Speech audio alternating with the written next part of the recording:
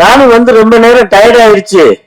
காலையிலே குளிச்சு சாமி நான் சிவன் கோயில்ல போய் சாமி கும்பிட்டு வந்துட்டு ஒரு 2 பீர் மட்டும் கூலிங்க எனக்கு கொடுக்க சொல்லுங்க. இப்ப இங்கனக்குள்ள குடிச்சுக்கிட்டே இருக்கேன், வந்து உள்ள நடிச்சுக்கலாம் அப்படின்னு சொல்லி உன்னை பார்த்து அவர் சிரிச்சாரு. அண்ணே இன்னைக்கு கடையெல்லாம் திறந்து வியாபாரம் பண்ணக்கூடாதுன்னு அப்படின்னு. ஏங்க ஏற்கனவே பேரரசு சித்தப்பா வந்தாரு, திறந்து விட்டியே. அவர் 10 ரூபா பாட்டிலுக்கு பேசினாரு, இப்ப எனக்கு ஏன் திறந்து விட மாட்டிய? அன்னைக்கு வந்து ஒரு 10 ரூபா வச்சிருந்ததுனாலதான் அவ்வளவு பேச்சு பேசுனீங்க. இன்னைக்கு 20 ரூபா எக்ஸ்ட்ரா ஏறி இருக்குதுன்னா எந்த நாயத்தை போய் சொல்றது அப்படின்னு சொன்னேன். சொல்லவு பேரரசு சித்தப்பா சொன்னது மாதிரி இந்த படம் ரிலீஸ் ஆனா எல்லா மது குடிக்கிற நண்பர்கள் ஃபுல்லா பேரரசு சித்தப்பா வீட்டுல போய் நிப்பாங்க. நிச்சயம் ஒரு கொள்கை ஏற்படும், இந்த பாட்டில் விலையை குறைக்கப்படும். அதே மாதிரி இன்னமும் ஏன்னா 9:45 கடையென்ன அடைக்கிறாங்க. இந்த ஆட்சியில வந்து நைட்டு 12 மணி வரைக்கும் கடை இருக்கணும்னு நான் கேட்டுக்கிறேன். அதே மாதிரி காலைல 7 மணிக்கு கடையை திறக்கணும்னு கேட்டுக்கிறேன். 2வது தலைவா முக்கியமான விஷயத்த பேசிக்கிட்டு இருக்கேன் தலைவா. டைமாச்சுன்னு சொல்லிக்கிட்டு இருக்கீங்க. ஏன்னா அங்கனக்குள்ள ஒயின் ஷாப்ல கம்மியா இருக்கு, நிறைய திறந்து விடுங்கன்னு கடவுள்கிட்ட கேட்டுக்கிறேன். நன்றி, வணக்கம். வாழ வைத்துக் கொண்டிருக்கும் யூடியூபர்ஸ்க்கும் என்னுடைய வணக்கங்களை கூறிக்கொண்டு, இந்த படத்திற்கு இங்கே தலைமை தாங்க வந்திருக்கும் அன்பண்ணன் பாக்கியராஜ் சார் அவர்களுக்கும், பேசிவிட்டு சென்ற செல்வமணி அவர்களுக்கும், மேலும் இதில் நடித்த அத்தனை கலைஞர்களுக்கும், ஏன்னா பழகருப்பையன் இருக்காரு, நாஞ்சிலர் இருக்காரு, எல்லாருக்கும் என்னுடைய வணக்கங்களை கூறி, கேமராமேன் பற்றி நான் தனியாக பேசினது எதுக்குன்னா, இஸ் அ சூப்பர் கேமராமேன். அதாவது ரொம்ப சின்ன படங்களை இவன் எப்படி எடுக்கிறான்னு என் மேக்கப் மேன் குமார் என்னை தொந்தரவு பண்ணிக்கிட்டே இருந்தேன். இந்த பையன் எப்படின்னா எடுக்கிறான், இவன் லைட்டே இல்லாமல் எடுக்கிறான். அப்புறம் கேட்டால் இவன் மலையாளத்து படத்துலேருந்து வந்திருக்காரு சொன்னான். மலையாளத்தில் லைட்டே கிடையாது. அவனுக்கு ஆச்சரியமாக பார்த்துருப்பான் இந்த லைட்டெல்லாம். ஓஹோ இப்படிலாம் லைட் இருக்கு போல இருக்கு. அது மாதிரி ஒரு சூப்பர் ஆள். ஆனால் மியூசிக் டைரக்டர் வந்து நான் இங்கே தான் வந்து பார்த்தப்ப பாட்டு கேட்டேன். இவர் எதிர்காலத்தில் நல்ல பெரிய ஆட்களாக மக்கள் தலைவர் படத்திலிருந்து டைரக்டர் ஆகட்டும், இல்லை மியூசிக் டைரக்டர் ஆகட்டும், இல்லை கேமராமேன் ஆகட்டும், அவங்கெல்லாம் நல்ல வர்றதுக்கு வாய்ப்பு இருக்குது. மேலும் இதில் என்னுடைய நல்ல நண்பர் ரவிமரி அவர்களுக்கு, அதான் அவர் சொல்கிற கதையின் நாயகன் இல்லையா, மூவ் பண்ணுறது ஒன்றை வச்சு தானே மூவ் பண்ணுறது. ஏன்னா நீ தான் ஒரு இழிச்சவாயா அந்த படத்தில். உன்னை வந்து நான் கெடுத்து உன்னை முதலமைச்சராக கொண்டாடுறேன்றதான் கதை. அப்போ நீ எப்படி நீ வந்து வருத்தப்பட்டு சொல்லிக்கிட்டே இருக்கிறதுலேயே இழிச்சவாயன் நீ தான் அந்த படத்தில். உனக்கு ஒன்றுமே தெரியாமல் நீயே முதலமைச்சர் ஆயிடும் போது, உண்மையில் இது தேர்தலுக்கு முன்னாடியே விட வேண்டிய படம். நான் சொன்னேன் ராம்தேவ்கிட்ட, தேர்தலுக்கு முன்னாடி விடலாம்டா, இந்த படத்தை விட்டா நல்லா போகுண்டான்னு. இல்லை நான் கொஞ்சம் இதுவாக இருக்கு அதுவாக இருக்குன்னு சொன்னார். உனக்கு இந்த படத்தில் ஒரு பெரிய விஷயம் என்னென்னா, தேர்தல் முடிவுக்கு பிறகு வந்தாலும் இது ஓடும், தேர்தலுக்கு முன்னாடி வந்தாலும் ஓடும். ஏன்னா அவன் கொஞ்சம் சிக்கலான விஷயங்கள் எல்லாம் வச்சுருக்கான். அதில் யாராலையும் சால்வ் பண்ண முடியாது. நான் சால்வ் பண்ணுறேன்னு எந்த கவர்மெண்ட் சொன்னாலும் தப்பு. அது நான் ஏன்னா இதில் அவ்வளோ அருமையாக எல்லா சீன்ஸுமே அவர் ஒவ்வொரு எனக்கு கதை சொன்னார் பாருங்க. வந்து சொல்லும் போது எவ்ரி சீன் நான் சொல்லிக்கிட்டு இருந்தேன், இதெல்லாம் நடந்ததியா நடந்ததியான்னு. அதையே வச்சிருக்கான் அவன். அதனால் அவன் ரொம்ப நல்லவ மாதிரி தெரிவான், நல்லவனே கிடையாது எனக்கு தெரிஞ்ச. ஏன்னா அவனை நான் பார்த்தது வந்து அங்கே தேட்டரில் ஒரு சீன் செஞ்சான், அப்பாவி பையனை அவன் செஞ்சான். அப்போ பார்க்கும்போது நாங்கள்லாம் உட்காந்துருக்கோம், இவன் தனியாக செஞ்சுக்கிட்டு இருந்தான். அப்போ நினச்சிக்கிட்டேன், இவன் அப்பாவியே கிடையாது, இவன் எல்லாரையும் ஏமாத்துறான்றது நல்லா தெரிஞ்சுது. அதுலேருந்து எங்களெல்லாம் ஏமாற்றி தான் கூப்பிட்டு போயிட்டான். இல்லைன்னா நம்மளெல்லாம் அவ்வளோ சீக்கிரமாக ஏமாற்ற முடியாது. பேசின காசுலேருந்து இன்னும் கொஞ்சம் குறைச்சான். அப்புறம் கொஞ்சம் நடிச்சுக்கிட்டே இருக்கும்போது கொஞ்சம் குறைச்சிட்டான். இதுக்கப்புறமா விட்டுட்டு போக முடியாதுல்ல நம்ம. ரொம்ப புத்திசாலி, ரொம்ப பெரிய வெரி பிரெய்னி சாப். அவனை நம்பி இப்போ படம் போட்டிருக்காரு, கவிதாலயம் சரவணன் சார் போட்டிருக்காருன்னா அவர் சிரிச்சுக்கிட்டே இருக்கலாம். ஏன்னா இந்த பணம் வந்துடும். ஆனால் பணம் வரும்போது நீங்கள் தயவு செய்து இவனை தனியாக தூக்கிட்டு போய் உட்கார வச்சு வாங்கிடுங்க, இல்லைன்னா உங்ககிட்ட இருந்து குறைச்சிருவான். எங்களெல்லாம் குறைச்சி குறைச்சி குறைச்சி குறைச்சி தான் வந்தாங்க. அதனால் பார்க்குறதுக்கு அப்பாவி மாதிரி இருக்கும், அப்பாவி கிடையாது. அதனால் இது ஒரு நல்ல படம். இந்த மக்கள் தலைவர் வந்து நாஞ்சில் சம்பத்தினோட தான் நான் ஒர்க் பண்ணேன். எப்படி நீ உங்களுக்கெல்லாம் கதை சொன்னியா, சீன் சொன்னியா நீன்னு கேட்டேன். எல்லாருக்கும் சொல்லி தான் நான் கூப்பிட்ருக்கேன். நாங்கடா இது ஏன் ஆச்சரியமாக இருந்தது. இவங்கெல்லாம் நம்பி ஒன்று நம்பி வந்திருக்காங்கன்னா பெரிய விஷயம். எப்படி நம்ப வச்சான்னு தெரில. அதில் தான் நான் பாராட்டுறேன். அதே மாதிரி இப்போ இதில் எல்லாரையுமே சொல்கிறேன், Ravi Maria has done a good job. Ravi Maria கிளாஸான சென்டர் ஆஃப் ஆக்சஸ் அவன் தான். அவனை சுற்றி தான் எல்லோரும் நாங்கள் வரோம். பட் அவனை இந்த வழிக்கு கெடுக்கிறதே நான் தான். அதனால் எனக்கு ஒரே சந்தோஷம். ஏன்னா நம்ம செய்கிற விஷயத்தை போய் இப்போ படத்தில் செய்ய சொல்லிட்டாங்களே, என்னடா இது யோசனை பண்ண. ஏன்னா நான் டெஃபினட்டாக நானாக இருந்தால் கூட இப்படி தான் சொல்லியிருப்பேன். அதுக்கேற்ற மாதிரி எலெக்ஷன் வந்துருச்சு. அவன் பயந்தான். ஏன் பயந்தான்னு தான் எனக்கு தெரியல. அவன் நினச்சா ரெகுலர் ஃபார்மெட்டில் வரும்னு நினச்சான். இது இர்ரெகுலர் ஃபார்மெட்டில் வந்த உடனே, தேர்தல் முடிஞ்சு இர்ரெகுலர் ஃபார்மெட்டில் வந்த உடனே அவன் கொஞ்சம் தெம்பாயிட்டான். இப்போ நம்பி படத்தை ரிலீஸ் பண்ணான். பாருங்கள், ஒரு படத்தில் சென்சார் ஆகலைன்னு சொல்லிட்டு இங்கே வந்து போடலையே ப்ரொஜெக்ஷனு. அந்த அளவுக்கு ஒரு முதல்ல எடுத்தோடனே எதிர்ப்பு தாண்டா உனக்கு. முதல் வெறும் ப்ரொஜெக்ஷன் தேட்டரில் ஆரம்பிக்கிற விஷயம் ரெகுலர் தேட்டர் வரைக்கும் போகுது உனக்கு. நான் இப்போவும் சொல்கிறேன், இந்த படம் பார்த்தாங்கன்னா நம்மளை சொல்கிறாங்களோ இல்லை நம்மளை சொல்கிறாங்களோ, சர்வகட்சி கூட்டமும் உன்னை வந்து தேடுவாங்க. இப்போவும் சொல்கிறேன், நம்ம தயாராக இருக்கணும். நான் சொன்னேன், வீட்டில் கூட சொல்லிட்டு இருந்தேன், பேசிக்கிட்டு இருக்கும்போது கூட, இல்லை இந்த படத்துக்கு எங்கள் மேலாம் கேஸ் வந்தாலும் வந்துடும். ஏன்னா எங்கேயும் ஒரு இடத்துல எதையோ ஒன்று பேசியிருக்கோம். அப்போ எங்கேயோ ஒரு இடத்துல கேஸ் வரும். கேஸ் வராமல் இருந்தால் நல்லது. ஆச்சரியம் எங்களுக்கு, அவ்வளோதான். ஆனால் இவன் பரவாயில்ல, இவனுடைய சைஸுக்கு எங்கே வேணாலும் போய் ஒழிஞ்சிக்கலாம், எவனும் கேட்க போகிறதில்ல. அப்படி இவனை பார்த்தாலும் இவனை ஒரு டைரக்டர் மாதிரி தெரியல, வேறு ஏதோ ஒரு சாதாரணமான ஆள் மாதிரி தெரியும். அதனால் இவன் தப்பிச்சுக்கலாம். பட் நாங்களாம் மாட்டிக்குவோமேன்றது தான் எனக்கு பயம். முகம் தெரிந்தவர்கள்லாம் நிச்சயமாக மாட்டிக்குவாங்க. இதில் ரொம்ப பிரமாதமாக படம் வந்திருக்கு. படத்தை பாருங்கள். ஆனால் தேட்டரில் போய் பாருங்கள். இதை ரொம்ப சொல்லி சொல்லி அழுத்து போயிட்டேன். இந்த இடத்துலையே 100 தடவை சொல்லிட்டேன். தேட்டரில் போய் படம் பாருங்கள், தேட்டரில் போய் படம் பாருங்கள். இந்த படம்லாம் தேட்டரில் பார்த்தா உங்களுக்கு அந்த எஃபெக்ட் கிடைக்கும். What is the effect of the theatre, ஆடியன்ஸ்கிட்ட தான் கிடைக்கும். அதனால் சொல்கிறேன், தேட்டரில் போய் படம் பாருங்கள். இங்கே வந்து அத்தனை பேரும் வாழ்த்த வந்திருக்குமோ அத்தனை பேருக்கும் என்னுடைய வணக்கங்களை கூறி, ரவிமரியாக்கு என்னுடைய தனிப்பட்ட முறையில் வாழ்த்துக்களை கூறி, இவ்வளோ பேர் வந்திருக்கீங்க, இவ்வளோ பேருடைய வாழ்த்தும் ரவிமரியாக்கும் உண்டு என்று சொல்லி விடைபெறுகிறேன். நன்றி, வணக்கம். ஆனா பணம் 10 லட்ச ரூபாய் பணம் வாங்கும் போது 15 லட்ச ரூபாயை வந்து இயக்குநர் சங்க உறுப்பினருக்காக நன்கொடை கொடுத்தவர் வந்து இயக்குனர் ரவிமரியா. அந்த அளவுக்கு வந்து நட்பும் நல்ல மனசும் கொண்டவர். அவர் வந்து மக்கள் தலைவான்னு வந்து இன்னைக்கு ஒரு ஹீரோவா வந்திருக்காரு. எவ்வளவு பயம் பாருங்க. கதாநாயகன் சொல்லிடாது, கதைக்கு நாயகன். ஏன்னா ஹீரோவா வில்லனா காமெடியனா வண்டி ஓடிட்டு இருக்கு, இது யாரும் கெடுத்துடக்கூடாதுன்ற பயம். அந்த பயம் தேவையில்லைன்னு தான் நினைக்கிறேன். ஏன்னா இந்த சாங் இப்போ உண்மையிலேயே மியூசிக் டைரக்டர் வந்து 2 சாங் தான் அங்கே பார்த்தோம். ஒரு நல்ல மியூசிக் டைரக்டர் வெளியே வரதுக்கு உண்டான பிரசவிப்பதற்கான ஒரு நல்ல களமா இந்த திரைப்படம் அமைஞ்சிருக்கு. துளசிராமனுக்கு வாழ்த்துக்கள். நிச்சயமா நீங்க ஒரு நல்ல மியூசிக் டைரக்டரா வருவீங்க, அந்த இது தெரியுது உங்க பார்க்கும்போது. அது போல வந்து என் ட்ரெய்லர் ஏன் போடலன்னு கேட்டேன். இல்லை, சென்சார் பண்ணேன். பொதுவாக பிரிவு தேட்டரில் போடும்போது யாரும் சென்சார் பண்றதில்லை. அது கொஞ்சம் பார்க்கும்போது இது வந்து ஒரு வில்லங்கமா இருக்குன்னு நினைச்சா கொஞ்சம் பிரிவு தேட்டர்ல பயப்படுவாங்க. அப்போ பிரிவு தேட்டர்ல பயப்படுற அளவுக்கு அந்த படம் இருக்கு அப்படின்னு தெரியுது. அதனால பரவாயில்ல ரவி, நீங்க நாளைக்கு தலையாவும் பயப்பட வேண்டியதா இருக்கு, மக்கள் தலையாவும் பயப்பட வேண்டியதா இருக்கு. 15-12 வருஷத்துக்கு முன்னாடி வந்த தலைவாவும் பயப்பட வேண்டிய சுச்சுவேஷன் இருந்தது. இன்னைக்கு வந்திருக்க மக்கள் தலைவாவும் பயப்பட வேண்டிய சுச்சுவேஷன் இருக்கு. உண்மையே வந்து நான் படம் பண்ணும்போது அந்த ஒரு நெருக்கடி எங்களுக்கு இல்லை. அது பிரிவு தேட்டரில் படம் போகும்போது சென்சார் பண்ண வேண்டிய அவசியம் இல்லை.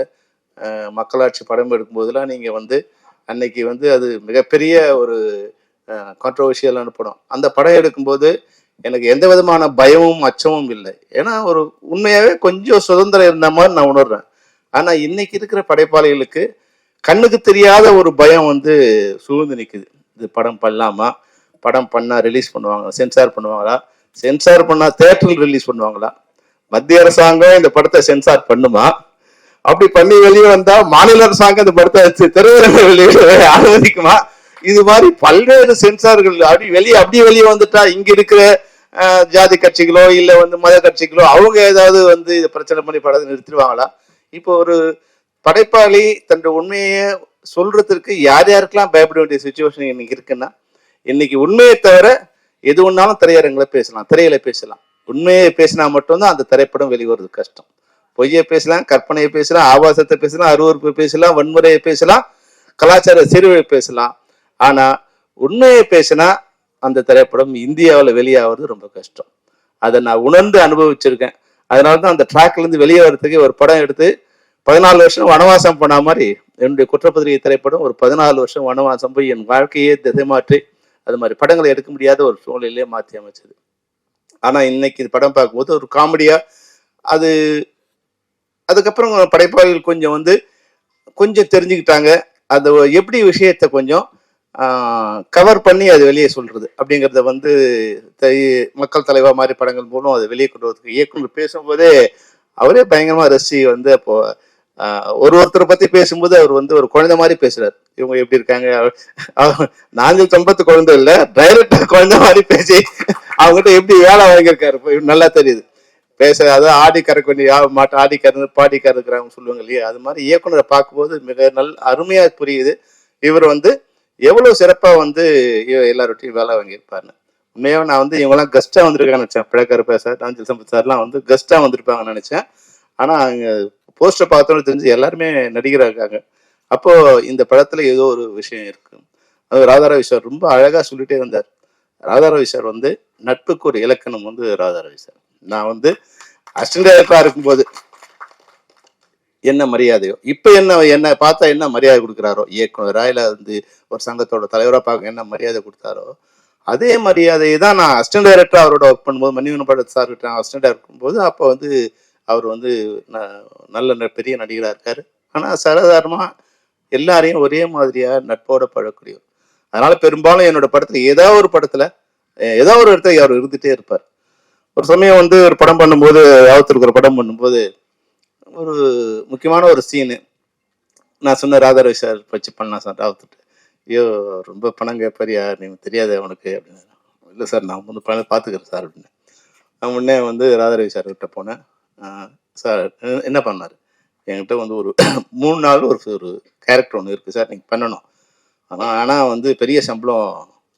அப்படியா அப்படியா சொல்லுவோனே, ஏன்னா உங்ககிட்ட வந்து நான் சம்பளம் குறைச்சி வாங்கினேன்னா நீ வெளியே சொல்ல மாட்டேன்னு சொன்னாலும் மேனேஜர் உடனே 100 பேர் ஃபோன் பண்ணி சொல்லுவாயா, ராதாரவி இவ்வளோதான் வாங்கினேன், ராதாரவி இவ்வளோதான் வாங்கினேன்.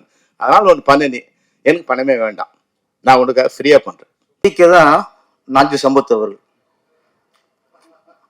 ஓகே ஃபியூச்சர்ல விஜய் சிஎம் ஆயிடுவாரு, அவர் கட்சியில் வாழ்த்துக்குள்ள போடுவோம் அப்படின்னு ஒரு சேஃப்டிக்கு போட்டது தான் அன்னைக்கு. இன்னைக்கு வந்து அதுதான் இன்னைக்கு ஸ்ட்ராங் ஆயிடுச்சு. அதனால எல்லா கட்சியிலையும் ஆளோ உள்ள தெரிஞ்சார். ஒரு டைரக்டருங்கிறது கொஞ்சம் அந்த கவர்மெண்ட் ஆளுங்கிறது தான். ராதாரவி சாருக்கு அவருக்கு சம்பளத்தை குறைச்சாருன்னா நமக்கு சம்பளம் கொடுக்குறே பெரிய விஷயம் இல்லை. ஆனால் கொடுத்துட்டாரு. என்ன சொன்ன நாட்களோட கொஞ்சம் கம்மி பண்ணிட்டார். அவருக்கு சம்பளத்தை குறைச்சார், நம்ம நாட்களை குறைச்சார், அவ்வளோதான், ஈக்குவலைசேஷனா.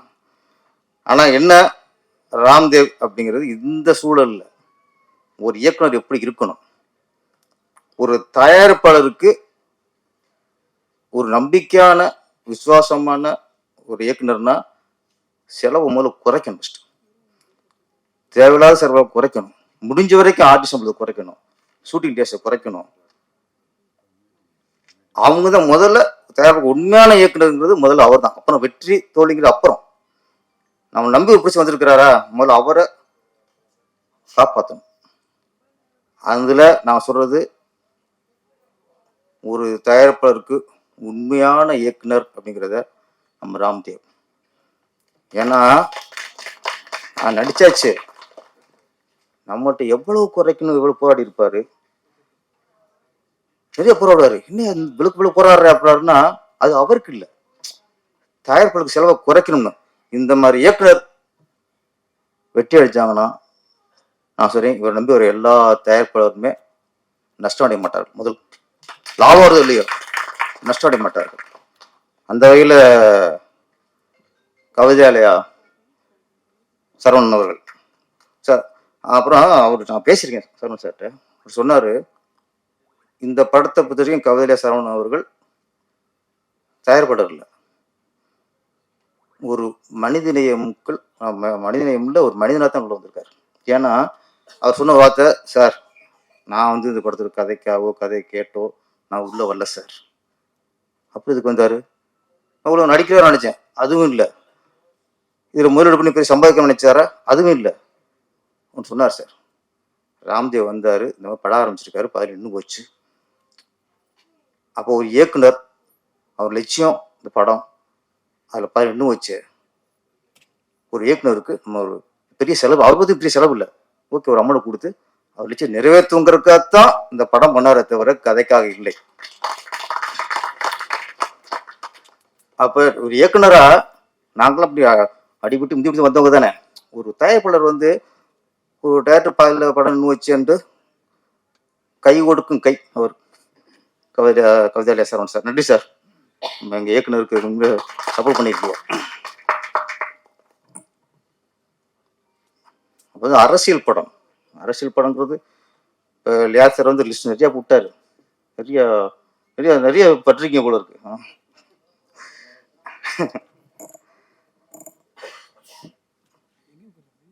முதல்ல அரசியல் படம் அப்படின்னா நம்மள என்ன நினைக்கிறோம், ஒரு ஆளுங்கட்சியை தாக்குறது, அரசியல்வாதிகளை தாக்குறது, ஒரு கட்சியை தாக்குறது, இதுதான் அரசியல் படம் நினைக்கிறோம்.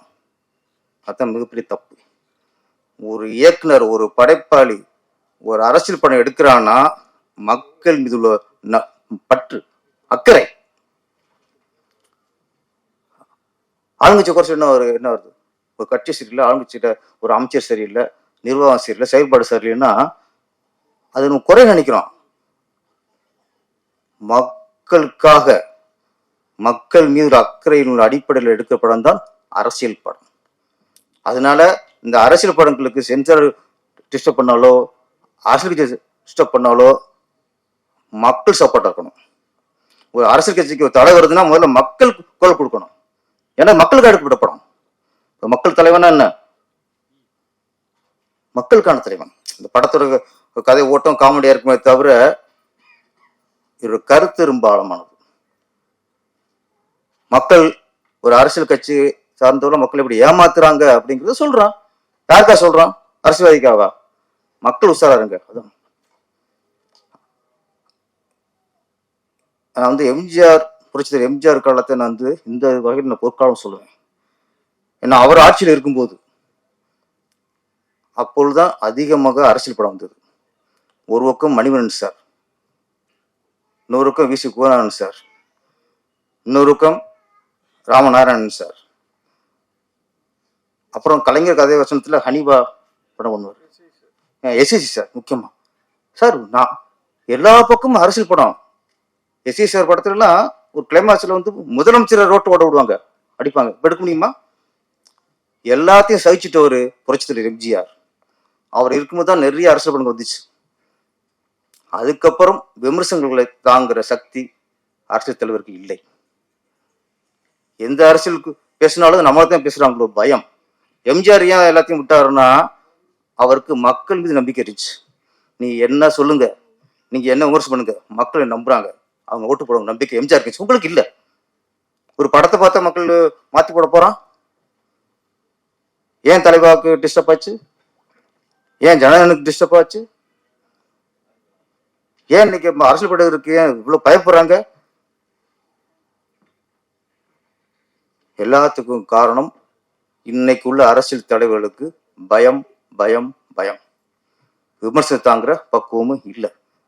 ஒரு யூடியூப்ல ஒரு விமர்சனம் பண்ண முடியல, தூக்கி உள்ள வச்சுறாங்க. ஒரு பத்திரிகையாளர் ஒரு விமர்சனம் பண்ண முடியல, தூக்கி உள்ள வச்சுறாங்க.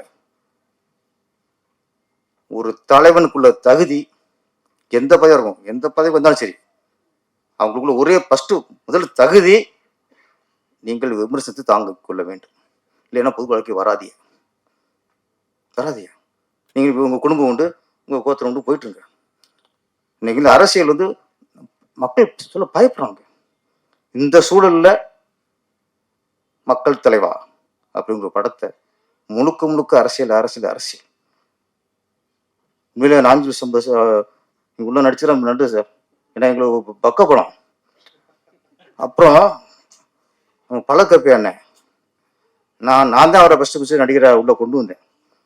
திருவண்ணாமலை படத்துல ஒரு சிஎம், நல்ல சிஎம்மா, அது பெரிய விஷயம் இல்லை, ஒரு நல்ல சிஎம்மா நடிக்க வச்சது நான் தான். இந்த படத்துல அவர் கூட நடிக்கும்போது நான் மிரண்டேன். சார் இன்னைக்குள்ள நடிகர் ராதாரவிலாம் தாண்டி இருப்பார் அவ்வளோ இருக்கு, அப்படி நடிக்கிறார் அவரு. டைலாக்லாம் இப்போ நம்மகிட்ட கொடுத்தாரு 10 ரூபா மனப்பாடம் பண்ணுவான். டேரக்டர் சொல்றாரு, அது அப்படி காதில் வாங்கிக்கிறாரு. ஓகே தம்பி டேக் போகலாம் அப்படிங்கிறாரு. சார் அடிக்கிறார். ஒரு ஒன்முறை இல்லை, எப்படி உள்வாங்கி அவ்வளவு இயல்பா நடிக்கிறாருங்கிறதே எனக்கு ரொம்ப வேப்பா போச்சு. அவரோட ஒரு சீன் நான் சும்மா பின்னாடி உட்காந்துருக்கேன், ஃபுல்லாக அவரும் டைலாக்கு. என்ன பார்த்தாரு, டேரக்டர் கூப்பிட்டாரு, ஏப்பா இவ்வளோ டேரக்டர் கூட உட்கார வச்சுருக்கோம், டைலாக் இல்லை என்னாப்புல. இப்போ நான் சொன்னேன், இல்லை சார் இந்த இதில் நீங்கள் தான் பேசணும், நான் பேசக்கூடாது. அப்படியா, அவருக்கு நான் ஒரு டைலாக் இல்லாமல் உட்காருது அவருக்கு உறுத்துது. நான் அந்த அளவுக்கு இன்னைக்கு நான் சம்பத் சார் பள்ளக்கருப்பையா அண்ணன் நல்ல அரசியல்வாதிங்கிற விட மிகப்பெரிய நல்ல நடிகரான உருவாயிருக்காரு. நீங்களும் வந்துடணும். அப்படி நீங்க அரசு நம்பி இருக்காதீங்க, எப்போ காலம் தெரியாது. உங்களுக்கு ஆனால் சினிமா கை கொடுக்கும். உங்களுக்கு இந்த கட்சியிலன்னா எந்த கட்சியும் நம்மளுக்கு வந்து நிரந்தரம் இல்லை. அதனால சினிமா நிரந்தரம் சார். பள்ளக்கருப்பையானனுக்கு எங்க சினிமா நிரந்தரம், தொடர்ந்து வாய்ப்பு கொடுக்கும். நாஞ்சி சம்பத் சாருக்கு தொடர்ந்து எங்க சினிமாவில் உங்களுக்கு நாங்கள் வரவேற்போம். அதனால நீங்க அரசியல் நம்புறதை விட எங்க சினிமா நம்புங்க. நாங்கள் அவருக்கு பிஆர் நாங்கள் அனுப்புறோம், மேனேஜர் அனுப்புறோம், நிறைய வச்சிருக்கோம். சினிமா தான் சார் உங்களுக்கு. நீங்க உங்களுக்கு சரி பழக்கப்பேன் இருக்கேன். ஏன்னா மக்கள் தலைவருக்கு அப்புறம் பாருங்க, நீங்க வந்து மிகப்பெரிய நடிகராக வந்துடுவீங்க, பிரபல நடிகராயிருவீங்க. அதுக்கு நீ தனியாக கட்சி ஆரம்பிக்க, நாங்கள் வரோம். நன்றி, வணக்கம்.